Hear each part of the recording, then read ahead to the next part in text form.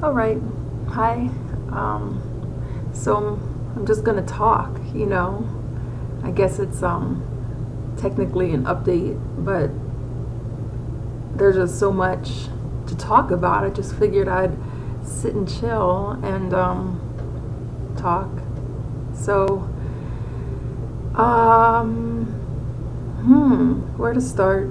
I don't know. I guess artistically, that's kind of what I always have, I guess, in part of the forefront of my mind. I don't really know another way to start these videos out. So usually when I just start talking about something, I just go down all the paths that I feel like going down, including ones that I didn't anticipate going down. So, yeah. Um, I've been thinking about grad school, and that's just a complicated thing since I'm already in an undergraduate program. It's not too complicated. It's just, there's like things to pay before I'm able to pay with financial aid, and that would pretty much be, I guess, one of the biggest challenges, because I kind of have to decide if I go down the road with this one program, I have to upgrade my computer. And, the possibility is very much there that I won't have to think about things financially too much. And I'll get into that later. But I had to pretty much sit this term out because I have a system, and it's a 32-bit system, right? And the class required a piece of CAD software from Autodesk, which is like 3D software primarily and animation software. And for that software, I needed it to be 64-bit. And I just couldn't, I might have had a 64-bit operating system before, but I think what it was is that I upgraded to Windows 10, and my guess is that it still was 32-bit.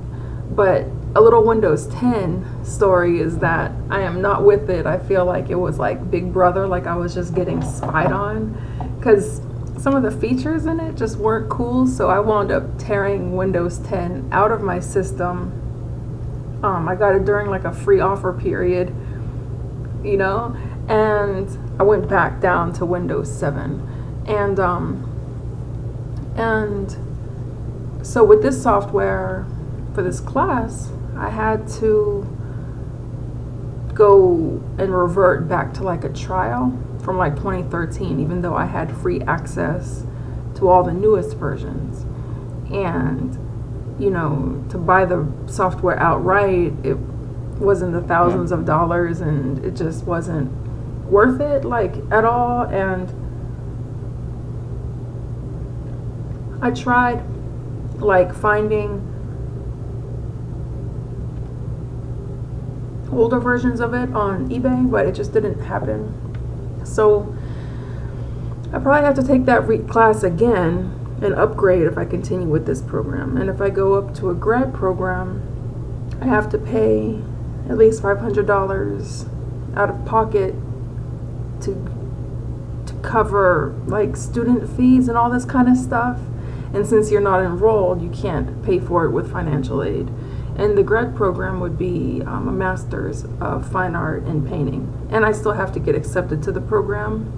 And that would be going to SCAD, Savannah College of Art and Design. And they have a reputation of being really prestigious, I guess, with art.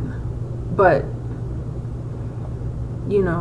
I'm just really wanting to be in school for painting, and they're one of the few that offer it they're one of the only ones that offer it. So the prestige of it, I don't know. I just kind of want to be pushed in art a little bit and be able to reap the benefits of being a student and not be straying too far away from what my industry is. And so my industry is fine art and tattooing, but we all know my tattooing situation, and although I'm not too happy with it, I feel as if it is going in the right direction. Like, I'm happy with it.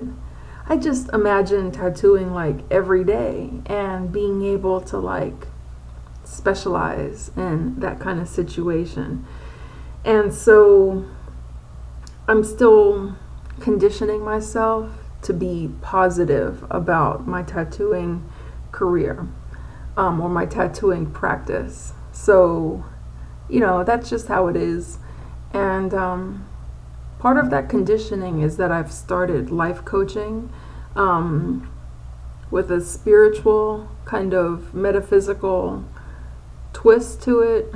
I was offered, I guess, like a special with an old friend of mine who started this kind of service. And so she was just letting me know, like, for this amount of time, we'll do the coaching, and you just give a testimonial. So I was really pleased about that situation, because my mind just, I've been fighting against myself. I get angry about art and stuff like that. Like, I get, I was getting like the bad feels when I would see some art selling, and in my opinion, I would question like why that is selling versus mine. And maybe that's just an entitled perspective. I'm not really sure, but I would see art that I just didn't understand why it was selling. It didn't seem to be unique, I saw a lot of copycat art, like art that I've seen done a lot, and simple art, like almost grade school art. And it just did something to my ego, to tell you the truth, and I think it's because I associated these people with making a lot of money, and I feel like I'm struggling, and that's when the entitlement came in, and that turns to jealousy and anger and frustration and approaching my art like, this has to make me some money because I need some money, and so I'm hoping that the life coaching will help me just be cooler and learn how to control my energy and stay in my lane and be cool. So, and my homegirl that's doing it, she's real cool and has always been someone I looked up to. She was my former boss, actually, and I always admired the way that she ran the company. This was back in Los Angeles. And so she would also publish a lot of writings as far as like what we needed to do for work, and a lot of emails, a lot of what do you call it, like workbooks and stuff like that. And she would write all of them, and I was always really impressed by her writing and just how it sounded as if she was speaking, and I was always impressed with what she had to say. And then years later, like 10 years later, actually, almost to the dot, a little over, if you take when we first met, which is like 13 years ago, now we're both more, I guess, spiritual about things and stuff like that. And it's just a really cool combination. So I'm hoping that it's a cool addition to my mind and life, I have been painting more, and I've been just satisfied. I feel like the need to hurry, and I gotta finish this painting, because I need to get it up for sale. I need to finish this painting because I've been working on it too long. And I'm just really trying to work within time constraints and be realistic, but not have, the realistic thing be something that drives me or is a fundamental part of how I think. But I want to get it done when it just gets done. But I do want to work within the time constraints, so I can work on my speed and see more projects. But the other side is don't trip. So what I'm working on now is a painting of a horse that is one of the ones that I've been working on for a while. I started it actually like 2 years ago, and it was just on the shelf for a while, and then I actually thought I lost the notebook that it was in, and so that's just been that. And then I've had one commission or one project that I was hired for a client through a third-party site, and that was real cool. That is really cool, but that project's been put on pause. It's for a board game, and I designed the art for it. Sorry, I feel like a cat, and there's like a gnat that just flew by, and I've been fighting gnats in my house, really. And what I've learned is that they like breathing carbon dioxide, and that's why you always see gnats flying around your face. So I've been looking up ways of fighting gnats, but none of them work.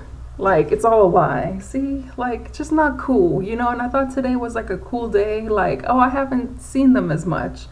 And what it is, it's like there's a little army somewhere, and they just send out one at a time. Because I'll see one, and I'm not completely peaceful. I'll kill them. I just don't care anymore. I don't like gnats flying in my space. Like, what's funny is that, sorry, gotta get violent on TV here, but what's funny is that I found 3 in a glass of wine that I was drinking one day, and I set out a glass of wine, and none of them went in there. And now that I'm speaking about it out loud, like me speaking out loud kind of helps me sometimes. Maybe the glass of wine was too far away from me. Like, maybe the one that was nearest me flew in because I'm in this cloud of carbon dioxide or monoxide. I don't know, whatever one comes out when you breathe out. Like, I don't want to think about that. I don't want to think about the other kind that's not cool, but I think monoxide is not cool, and carbon dioxide is what is just used oxygen. So, but maybe the glass of wine was too far away from me, and I need to put my backup glass of wine near me while I'm breathing, because I caught like 3 in my own glass. But the one I set out for like 2 days, actually, I've set out 3 different ones, 2 different ones, plus 1 tray of apple cider vinegar, all within a 2-day span, different times and locations, and I didn't catch any. So, I tried tea tree oil, which they say that they hate. They don't care about tea tree oil. I tried spraying alcohol around my area. They don't care about alcohol. So, I made a request to my leasing office to ask the pest control people at Spray to leave strips up there. So hopefully they are there. Yeah, like, I don't know what it is. I think that it's because there's a swarm outside. I live in like a woodsy kind of area, and I've caught a beetle in my bathroom drinking water in the sink from a little drop. And, I see a spider or 2. I leave those in here, as long as they're not too big. When they start getting too big, they remind me of when I was in college. Like, college the first time. Like, I'm in college now, but it's different. Like, I'm in college now, like online, and that's just different, you know. But when I was in college the first time, I was on a campus and I had roommates, and God forbid this ever happens to me or you or anyone that we know or care about. But she got bit by a brown recluse, and that shit was terrible, man. Like, that junk just eats away at your skin for like weeks. And brown spiders all look the same to me, kind of. Like, I know what a brown recluse looks like, and I know the ones that are not poisonous, but I don't know them like a field expert to be able to really differentiate. So I throw all the bigger ones out of my house. Like, I'm sorry, and I apologize to them on their way out, but I'm like, dude, you gotta go. So, yeah, I just washed my hair, so that's why it's super curly and all that kind of stuff. So, but yeah, let me cool off this side of my neck really quick. See, all right. Boom. And so where was I before I got onto the situation about gnats and wildlife in my house? Yeah. So, working on a board game, but it's on pause. The client is in Australia, and the printer that they're using is somewhere in the United States. So they have a deadline that they wanted to make, which is next month, for things that they want to do with the game. Like, you know, it's in the neck of the woods of being a trial. And so we put that contract on pause, and that was a cool contract. And now I'm looking for more, but I'm also finishing up things that I have in mind, like some t-shirt designs and basically like character designs that are like for my own portfolio, but my own practice as well, because I noticed that I don't have many cute things in my plethora of work. Like, you know, I don't have things that have happy faces. I don't have things that are smiling. Like, I have people, but none of them are really smiling. And I have colorful things, but none of them are really linked to anything that's like cute.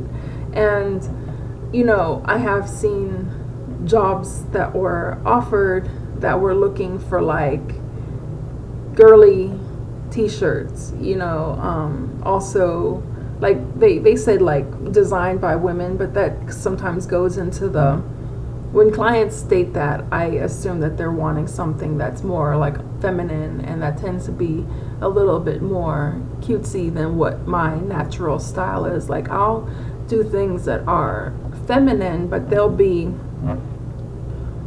womanly, you know, like the body might be I have a couple feminine things, but then I have other things that are more like womanly. And so I'm trying to go to like the cutesy realm. I also had another client that wanted cute animal designs, and you know, I didn't have any of those in my portfolio, and I've had ideas come up when I look in nature, like in my own head, because in my own head I do things that are cute and funny as far as like my thoughts about art.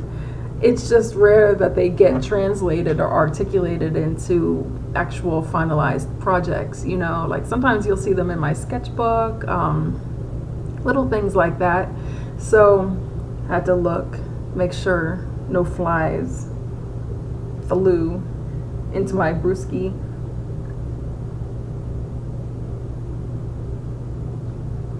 I could use this little cap. There.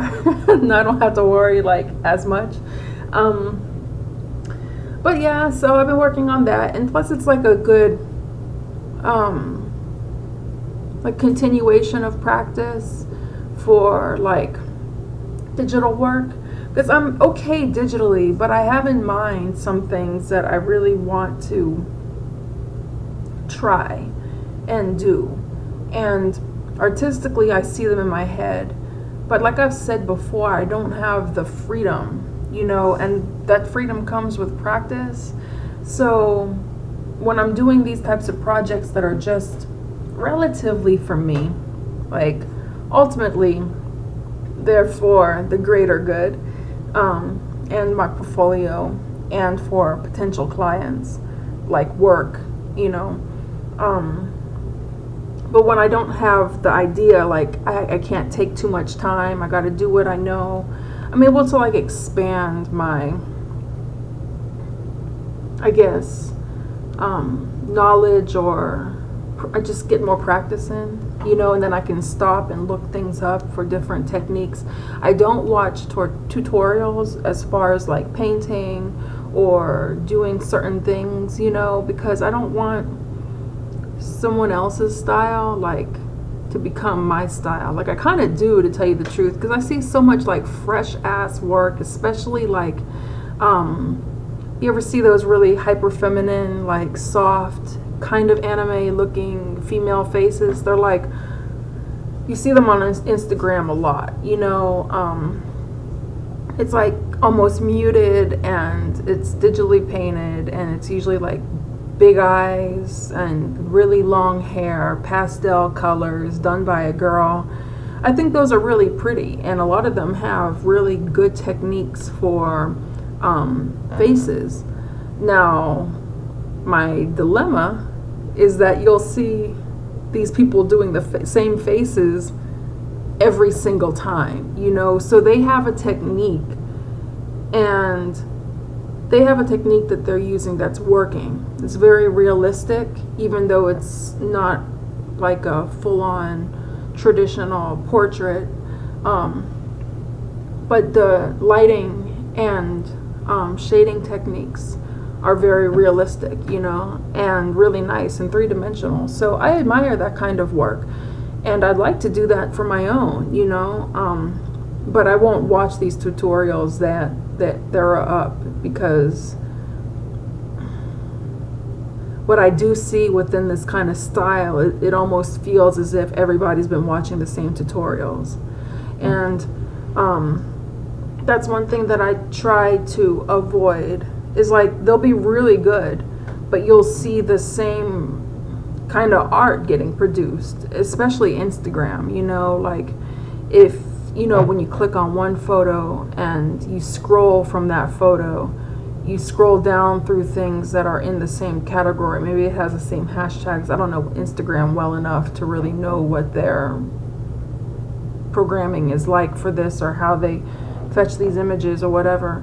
But when you're scrolling through, you'll see what looks like the same face, it's just a different page that it's coming from.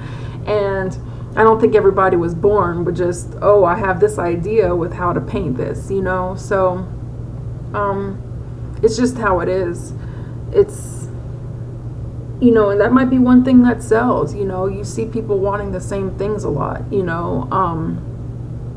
like in the tattoo industry, you see a lot of people coming in for the same tattoos. Like when I was working in a studio, you would see people wanting the same thing, and it's like, wow, like they'll bring in a picture of one tattoo and it's what they want, and you'll see it all over the street, you'll see it all over Instagram, you'll see it everywhere. And it's like, whoa, like, and we're talking about the same exact thing. We're not talking about like a style, like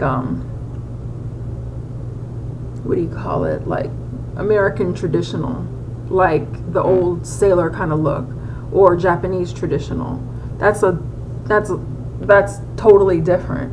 What I'm talking about is like, I want a compass, and I want some roses, or I want a native face, and the face isn't of a native person. It's like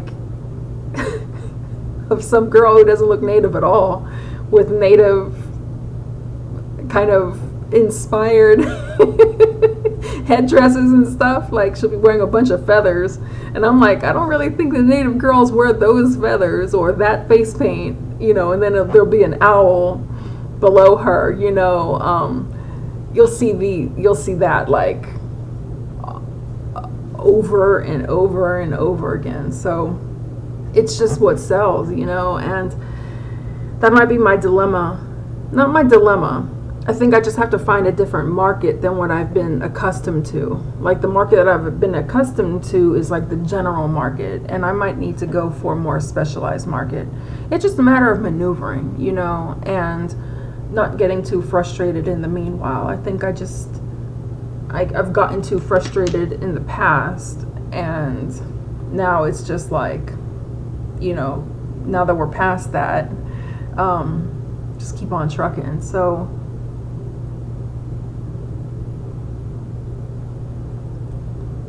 I have been working on a pot of flowers. As far as a painting, I have gone down that road. I felt like maybe that would sell. It'd be good practice because I don't really have a lot of plants in my portfolio of work. So if something kind of makes the cut, if I don't have a lot of it in my portfolio, or my body of work, I should say, so that kind of stuff I'll do. Oh, it might sell. I don't have it in my body of work. That's cool. I'm down for that. Copying everybody else, but I do admire a lot of the work that I see. It's cool. Yeah. What else? Oh, so I have the pot of plants, which I haven't been working on, because I've been working more on the painting of the horse. And then I haven't been working on that too much because I've been working on digital stuff. So I just have to be cool and just stay kind of focused. Like what I'll be working on today is going to be one of two versions of the same piece. I have like the traditional graphite pencil drawing of it, and then I scanned that in, and then I did a digital painting of it, and I'm not done with that yet. But they're both, the digital painting is more like practice, and the traditional one is just more like a kind of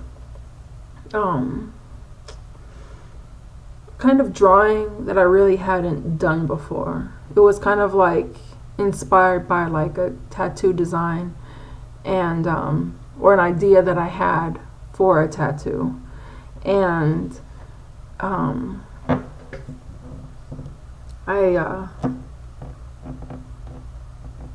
have to be careful, or else my hair will get torn out by my watch for sure.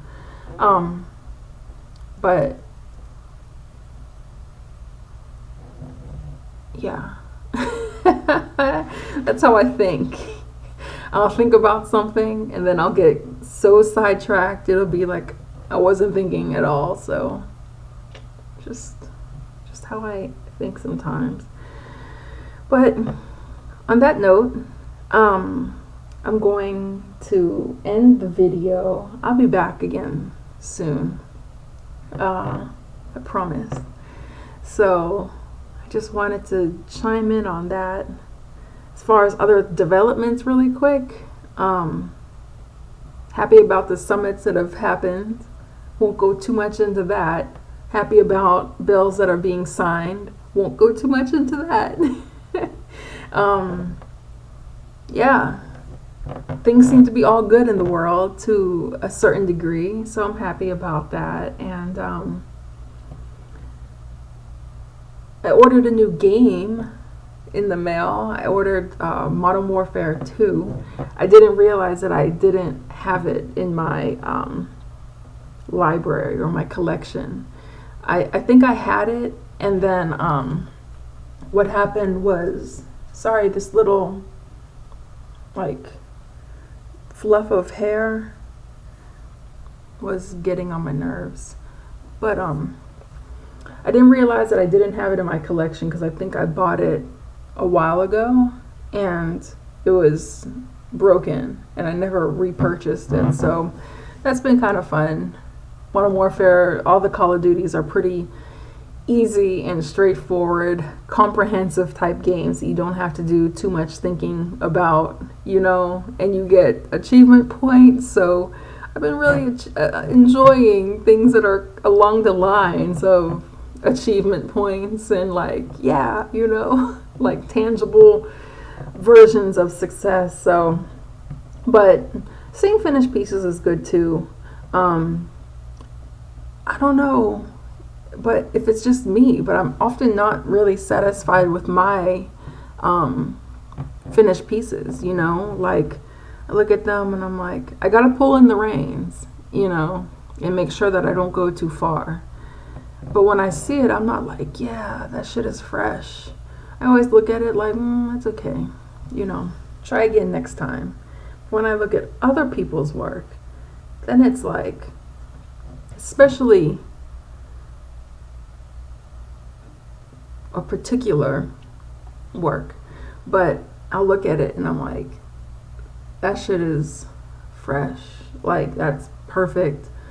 That's as good as it gets, you know? And I often wonder, like, does that kind of artist feel the same? You know, like, have you gotten to this point of, like, knowing when something's done and being satisfied and being happy? Or does it always look as if you could have done better?